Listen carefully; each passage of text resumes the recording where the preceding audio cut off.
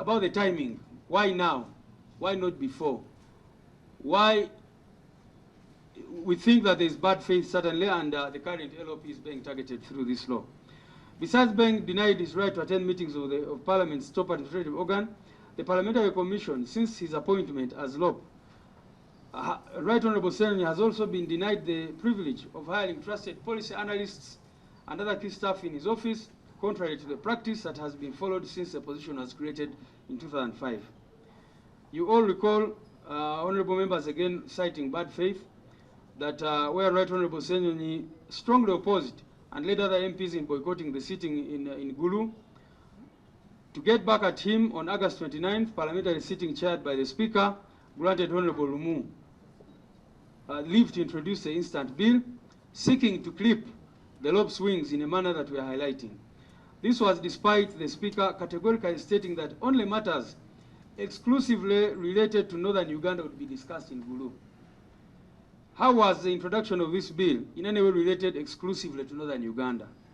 This committee must therefore not accompany the mover of this bill on a journey that was birthed and nursed with sinister intentions, bad faith, far from Article 79 of the Constitution, which enjoins Parliament to legislate for good governance. To further show the mover's ill intentions, the bill proposes that the LOP may be removed when he or she misbehaves. Now, members, who determines misbehavior? Who defines misbehavior?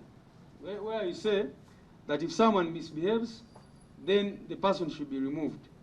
What is the standard of misbehavior? Who defines misbehavior? What standards will be followed? Well knowing that different individuals and parties may have different standards for misbehavior and indeed incompetence. We have some parties or individuals in this country who may see corruption as not bad behavior, but calling out corruption as bad behavior. So how do we determine what misbehavior amounts to? And we see that the mover is deliberate on putting such vague grounds so that it's very easy to remove the LOP whenever the members are influenced either way.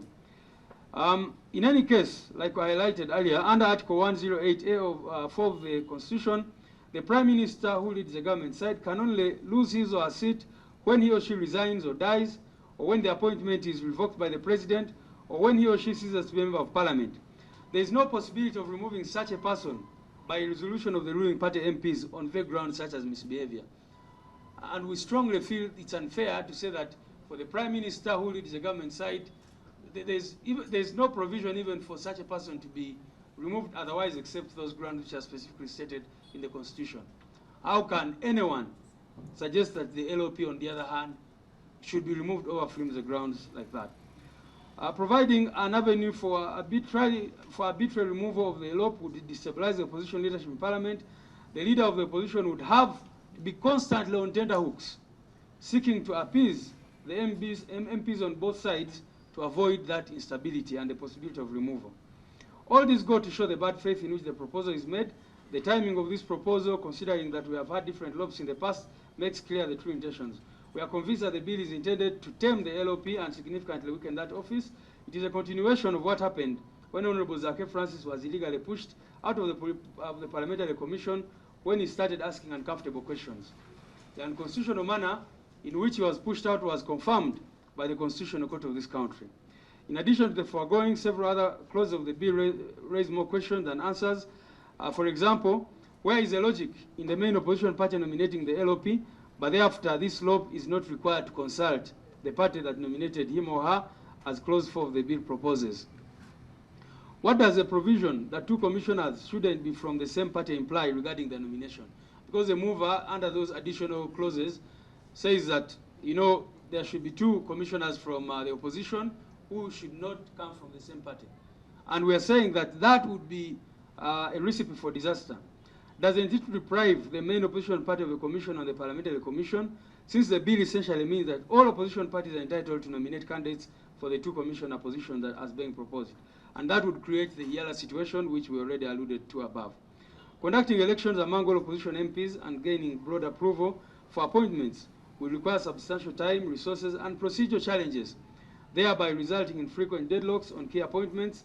Similarly, the requirement for multi-party approval in the shadow cabinet's formation and committee leadership would slow down decision-making and create inefficiencies. This bureaucratic layering could hamper the opposition's ability to quickly respond to government policies. In conclusion, Mr. Chairman, Honorable Chair and members, the question that this committee should ask itself is, does this bill, in the view of this committee and in the view of the mover or any other sensible Ugandan, presume that by providing, as he proposes, that would deepen multi-party democracy, or would seek to stifle it? We wish to emphasize, honorable members, that our strong opposition to this bill is not in any way premised on any intention to strengthen or maintain our stand in the opposition as NUP. For the sake of democracy and good governance, the National Unity Platform opposes this amendment bill in its entirety, and we base our strong opposition to this proposed law on the following grounds and context. One, we believe that the bill violates the Constitution of Uganda and the established democratic principles. The bill in its current form unjustifiably discriminates against opposition parties and their members of parliament on grounds of their political opinion, which is prohibited by Article 21 of the Constitution of Uganda, which prohibits discrimination on grounds of political opinion, among others. On the violation of the Constitution. Chair, I'm alive to a fact that quite a host of authorities, Supreme Court decisions have been made, which have guided us on how we do the interpretation of the Constitution. I raised my concern particularly on the presentation which started on from page 1, on the issue of discrimination of the Secretary General, yes, of NUP, where alludes to the fact that there is discrimination. But interestingly, when he was making that presentation, he alluded to 3 articles of the Constitution. There was Article 21, where he made reference to political discrimination. Then he made reference to Article 82 and Article 108. Now, the rule of harmony requires that the Constitution is interpreted as an integral whole. Whereas the allegation which is put forward is that the way the Prime Minister, for example, is put in office, the Prime Minister that's a constitutional office, and the mode of putting the Prime Minister is through an appointment. It is expressly stated in that provision. If you look at our Article 82, it gives the mode. Yes, it establishes the lead of opposition. That's crystal clear. But on the mode of us choosing the lead of opposition, that power is given to Parliament. I want to agree and look at the arguments which were subsequently raised, but I wouldn't really want to buy into the argument that by the mere fact that the Constitution provides one for appointment and that is discrimination. It's not. That is the provision. We follow the law the way it is. So I don't think it would be good for you to construe that as a total discrimination, because the mode is expressly stated in the Constitution. If the Constitution had so stated that even the Prime Minister should be elected, that should have been the process, isn't it? So that particular aspect, I want to appeal and make a submission that it doesn't augur well and say perhaps the ruling party is having that discrimination in the way things are done. That may not be proper. So the other concern that I have, when I look at your presentation, it is true you made reference to Article 8.1 of the Administration of Parliaments Act, which empowers the main opposition party to appoint the law. But you will also agree with me that the Administration of Parliaments Act is the one which operationalizes Article 82 of that provision operationalizes Article 82 of the Constitution. I would perhaps bend so much in getting your argument on why you think that the mode of election may not be the most appropriate. You get it? And I can give examples. One, it discriminates against the leader of the opposition's business in Parliament vis-a-vis the leader of the government's business in Parliament. Article 108.1 of the Constitution designates the Prime Minister as the leader of government business in Parliament, while Article 82A(1) effectively designates a LOP as the leader of the opposition's business in Parliament. To achieve this, the party in government appoints the Prime Minister, while Section 8(1) of the Administrative Parliament Act empowers the main opposition party to appoint or to elect the LOP. However, Clause 2 of the bill intends to introduce a discriminatory approach whereby the LOP would be elected by all MPs of the various opposition parties in Parliament, yet there is no similar requirement for the Prime Minister to also be elected by those who subscribe to his or her political party. Furthermore, Clause 3 of the bill, which introduces additional grounds for removing the LOP from office, is discriminatory in the sense that these grounds would apply only to the leader of the opposition, but not to the leader of government business, who is the Prime Minister, yet the two play parallel roles. Providing for the removal of the LOP by resolution of all opposition members of Parliament and not providing for the same for the leader of the government business is not only discriminatory, but would be a direct affront on the opposition.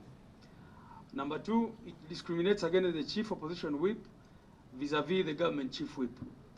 And Section 14(1) of the Administrative Parliament Act provides for the appointment of a government chief whip by the ruling party from among its members. Please note the word appoint, that's what it provides for. Section 15(1) of that same act provides for the appointment of the chief opposition whip by the opposition party having the most members of Parliament on the opposition. However, Clause 3 of the additional amendments now introduces a discriminatory approach whereby the chief opposition whip, unlike his or her colleague on the government side, would be elected by members of the opposition, which would be discriminatory and wrong. Worse still, whereas the bill is being touted as a tool for increasing efficiency in the opposition, it proposes that the new role of the chief of opposition whip would be to ensure the attendance, participation in proceedings and voting in Parliament by all members of opposition parties in Parliament, contrary to the prevailing situation where each opposition party has its own whip. Effectively, that means that the logic or reasoning would be that there should be one whip for all opposition parties, yet the ruling party will have its own whip, which is not shared with any other party. Number 3, the proposed law undermines the autonomy of opposition political parties, thereby weakening constitutional checks and balances.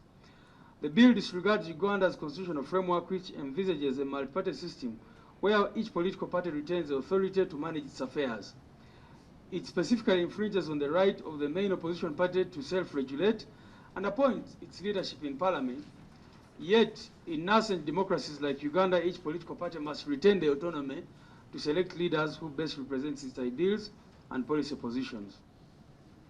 By proposing provisions that allow multiple opposition parties to participate in the selection and removal of the LOP, the bill unconstitutionally attempts to circumvent the role and influence of the largest opposition party and usurp the will of the citizens who voted for it ahead of any other opposition party. And I think this point has been made that under a multi-party dispensation, the Westminster system, the presumption is that there is a party in government and there is a party in opposition. The main party in opposition, therefore, effectively forms government in that sense. And that is why there is even a shadow cabinet and all those. There is a likelihood that opposition MPs may be bribed or compromised or unduly influenced by government to vote a LOP agreeable to the ruling party. We all are in Uganda. We are not from Mars, Honorable Chair, and we know what has been happening in this country. There have been several reports of MPs being compromised to pass controversial laws and proposals by the ruling party. We are concerned that even this time around, the ruling party may seek to compromise opposition MPs to vote certain candidates for LOP, whom the ruling party finds agreeable, which shouldn't be the case under a multi-party system. Honorable members, I invite you to consider Yala elections, for example, and you see it is strange that the largest opposition parties for long have not had a chance to send representatives to Yala. You will recall that in 2016, the chairman of NRM, General Museveni, publicly said that there is good DP and bad DP in an attempt to influence the voting of members of parliament in that Yala election.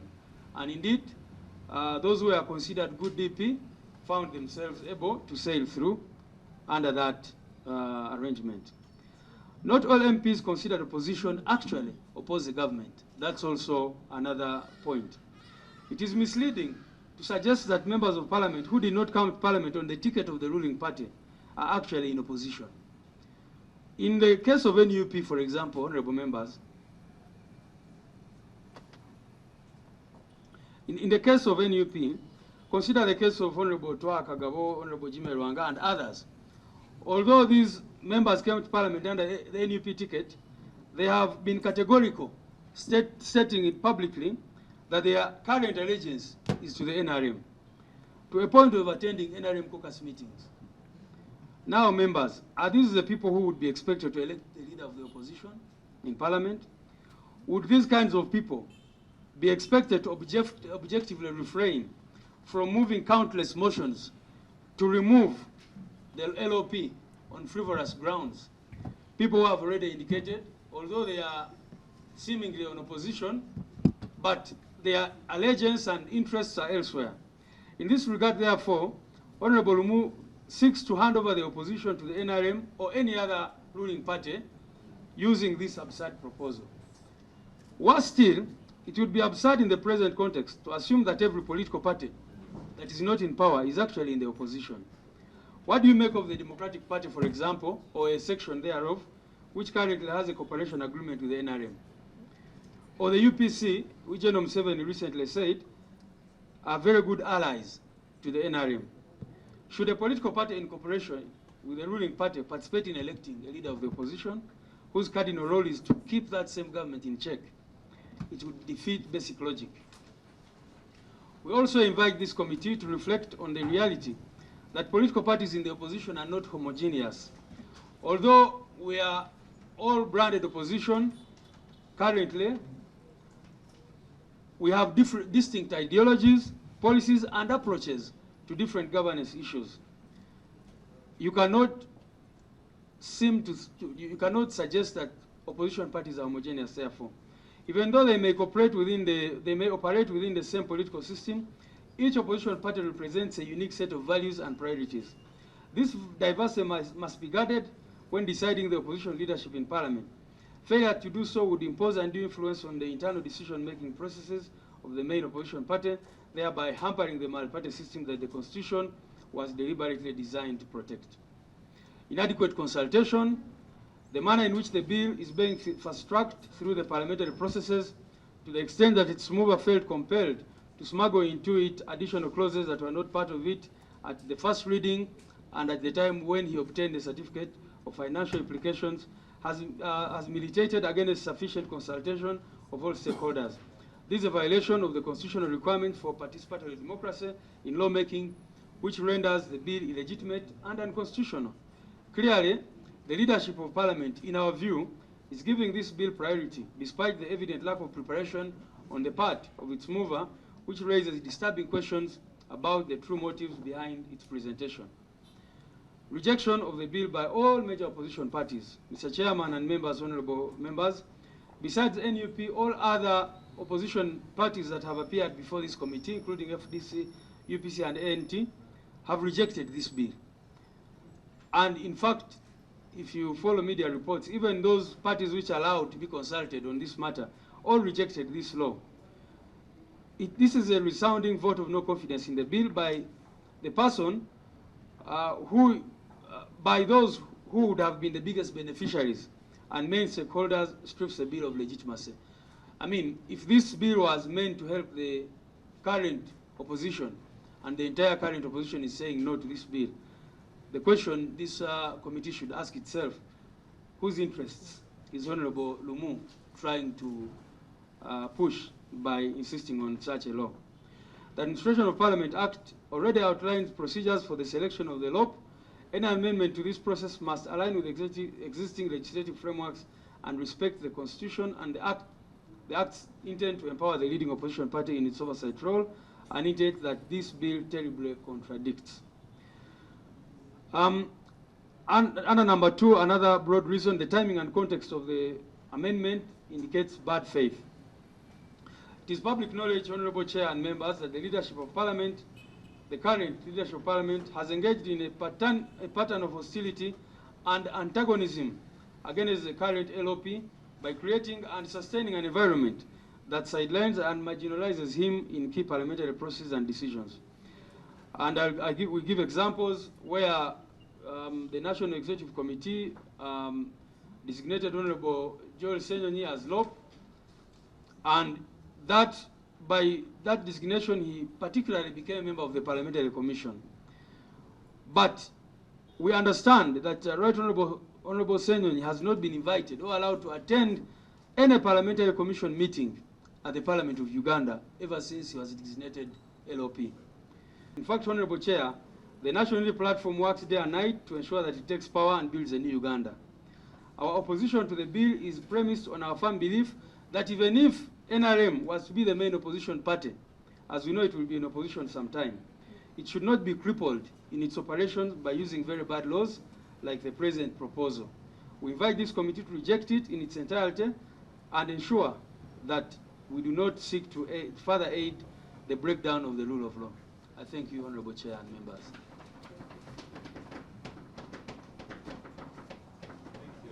Thank you so much, Honorable Chair of this committee and the distinguished members and also the team. We have put our position as the National Unity Platform Party in writing. We have, through the Secretary General, elaborately submitted on those positions.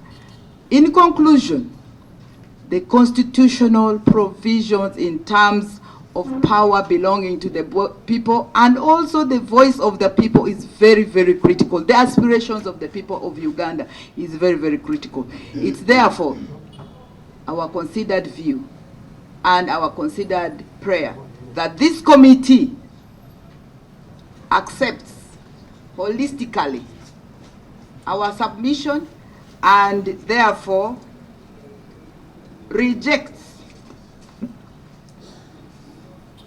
the bill in its entirety and ensure as it would and as further breakdown of the rule of law. Because I was from Arua, many people even have not had, many, including people who are land. So when we're talking about the consultations, we really need to, yeah, I just came back from Arua yesterday. People don't know, and it is only called the Honorable Lumu Amendment. So, but who is Honorable Lumu? What is the amendment? So it is really our prayer that in the best interest of peace and stability and democracy, let further consideration be done. But even without wasting any more time, let this bill be rejected in entirety. Thank you. National Resistance Movement Party in Uganda. I have been accompanied by the Director Legal, Comrade Enoch Barata. I also have with me Commissioner Jane Alesemera, who is a commissioner with NRM Electoral Commission, and Comrade Awich Paula is the Director External Relations at the Party Secretariat. The rest are our support staff.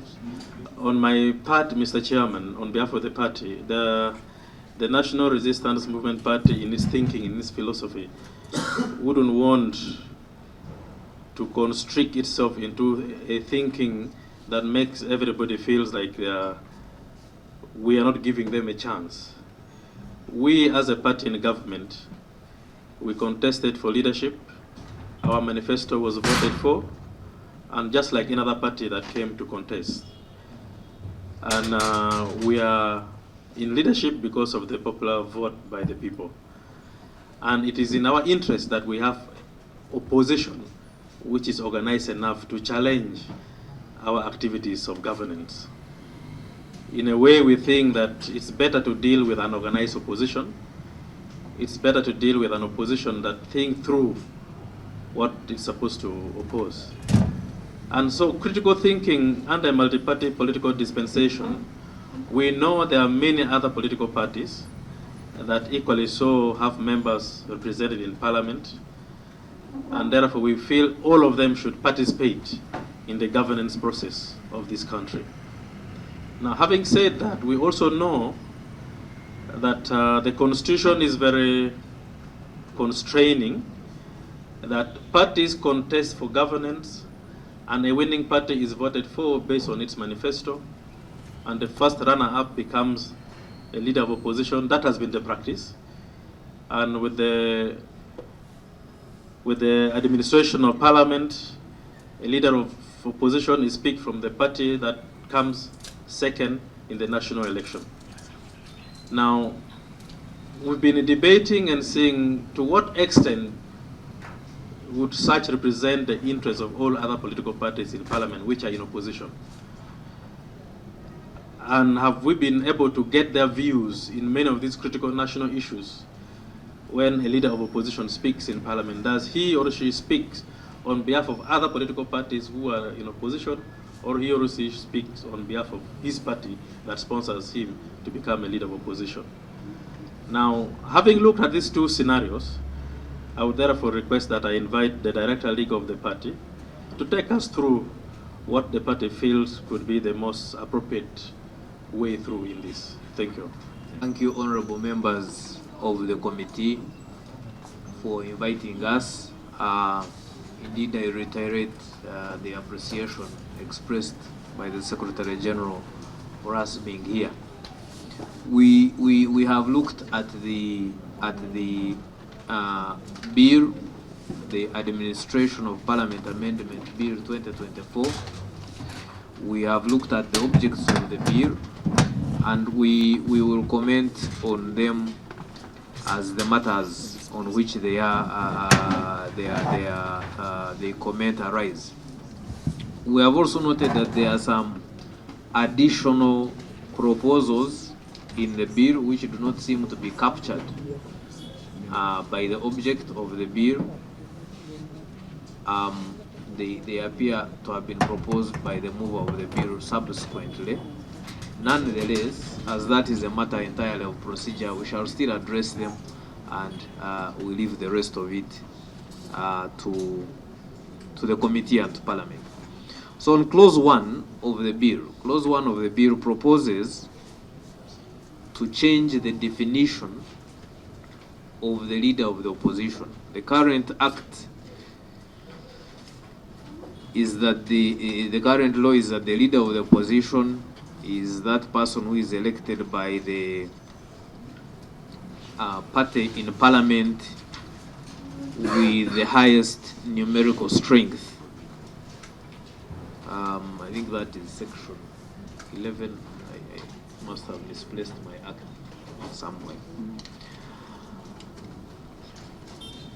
Now, we believe that to cast the leader of the opposition as such would go against the established traditional parliamentary systems in most of the Commonwealth jurisdictions. The leader of the opposition is typically a leader chosen by the largest political party not in government, and that position typically exists in multi-party democracies. Now, in fact, in other jurisdictions where it is completely a parliamentary democracy, the leader of the opposition naturally is the leader of the other party that has come second.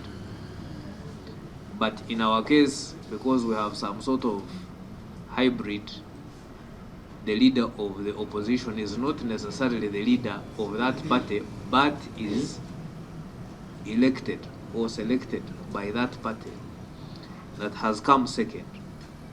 But I think for want of better language, the law talks about the biggest numerical strength in parliament, because the leader of opposition is elected in parliament. So that office is established by Article 81A of the Constitution, so it's a constitutional office. And we hold the view that the current definition aligns well with multi-party democracy. We do not think there is anything wrong with it, and we shall explain that later. Clause 2 is the one that proposes to have members of all the political parties in opposition in parliament elect a leader of the opposition. Now, if we go back a little bit to the definition, the definition is assuming that the leader of the opposition is supposed to serve that party which he leads, which is not correct. The leader of the opposition is an office, it is established, it is there regardless of which party is in power or of which party comes second. So, but the office itself is established as the leader of the opposition with specific functions that are not delineated or are not limited to achieving the objectives of that political party.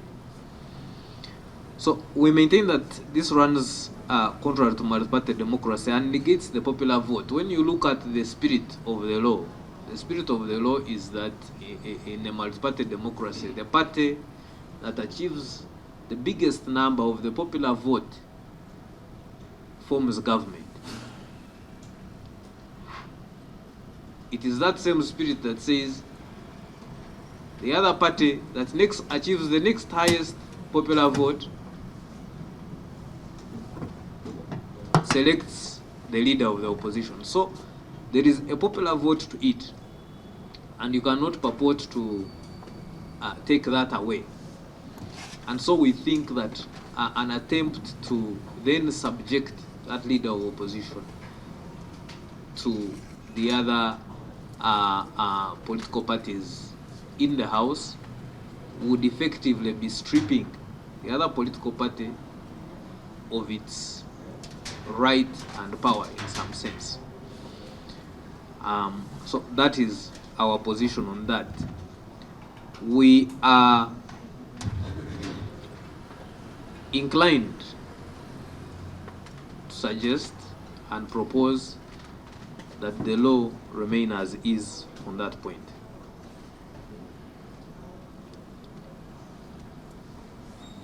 Clause 3, I will run through these fairly quickly because I assume everybody here has of course had the benefit of the bill. This clause seeks to add, as clause 3 seeks to add a grounds upon which a leader of opposition can be removed. Now, all these things are a bit connected. So if you look at clause 1, making the definition, you look at clause 2, seeking to make the amendment, then you will find that there are several other things that lead to that. So once, for example, the idea that the leader of opposition is elected by other members of parliament, by the other political parties, once that collapses, you will find that several other things linked to it would necessarily not make sense. So, following our submission on clause 2 and 1 that we have just made, we find that clause 3A and 3B are untenable. Those clauses, I can read them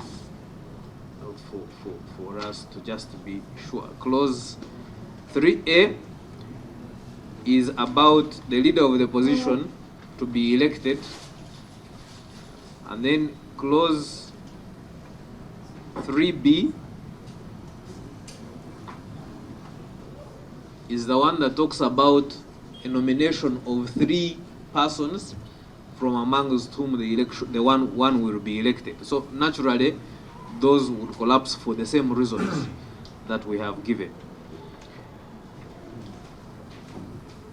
Clause 3C provides for removal of the leader of opposition on account of inability to perform his functions.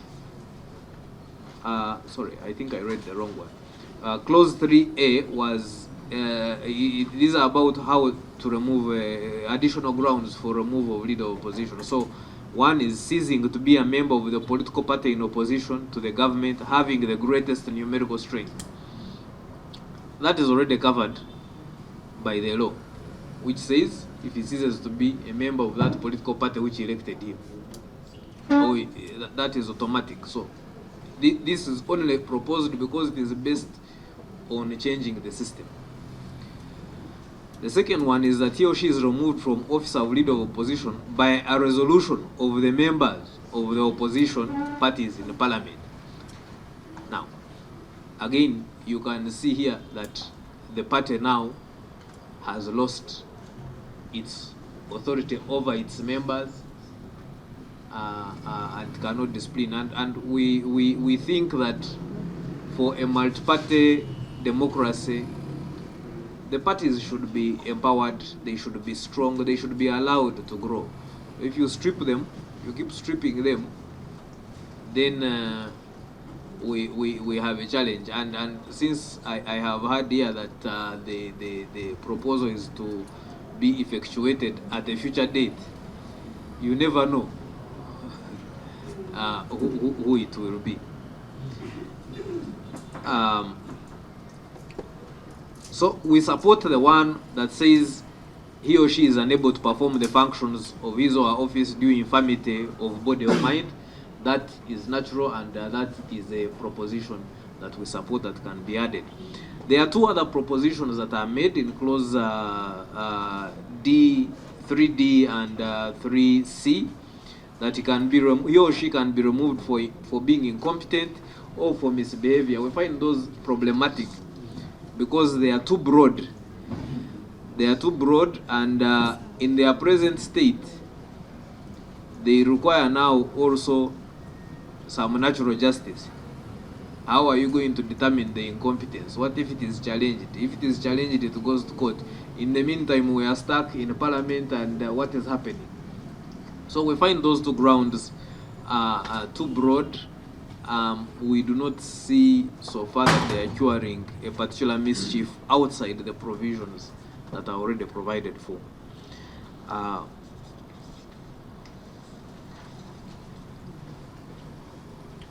So clause 4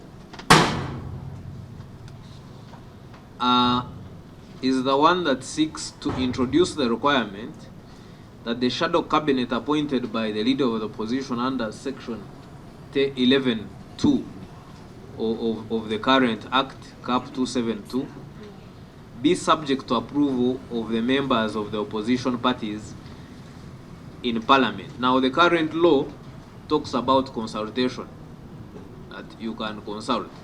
We do not find that problematic. We do not find that there is a mischief to be cured. And given our views on the nomination or election of the leader of opposition, we think that one also. We support the proposal in clause 4C in as far as it provides for discretionary consultation and does not seek to take away the rights and powers of the party with the highest numerical strength in parliament. So clause 4C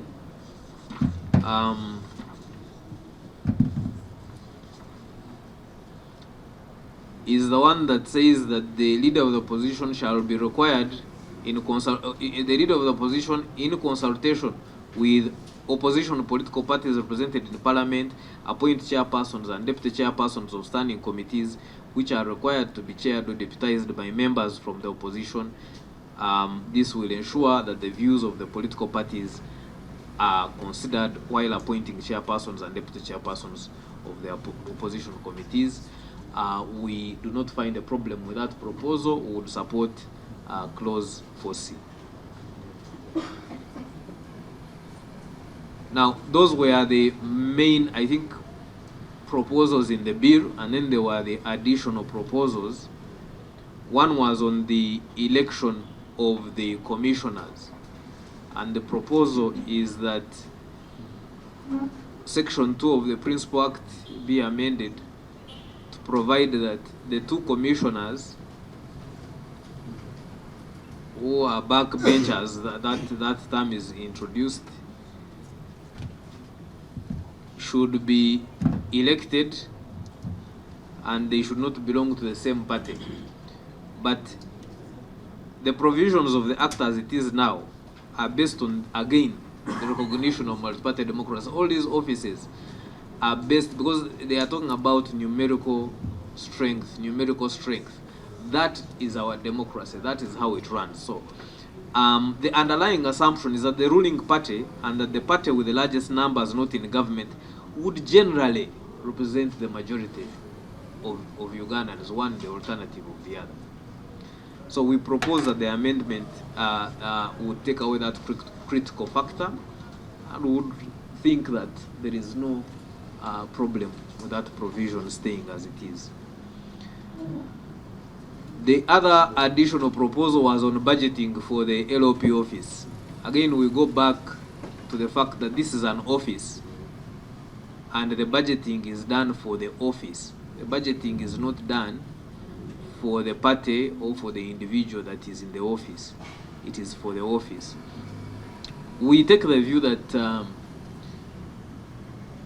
it would not serve the purpose if you now spread that budget among political parties. You are not funding. It would assume that you have split the functions of that office among those political parties along some other line that we are not quite clear about. But also, as you know, the political parties already get funding based on their numerical strength. So this would run counter to that and would not, again, think that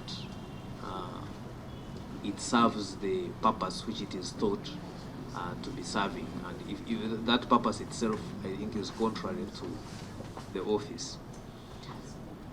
So then there was a hypothetical presented. There is a provision, an additional proposal that is based on a hypothetical situation where a political party in the opposition, two political parties in the opposition, have the same number of MPs in parliament. Now, it is hard to deal with a hypothesis, but our view would be that it is unlikely. It is unlikely that you would have the second party in the general election. You would have a tie in the votes in the general election and have a tie in the members of parliament. Our view would be that the better way to solve that hypothetical situation would be to deal with the party that comes second in the general election. But that is still a hypothetical, and I say this with a lot of reservations because it is a hypothetical. It's a bit complicated to deal with. The final proposition in the additional proposals was the election again of the chief whip. I think this follows the same position that we have discussed regarding these elections. I think the chief whip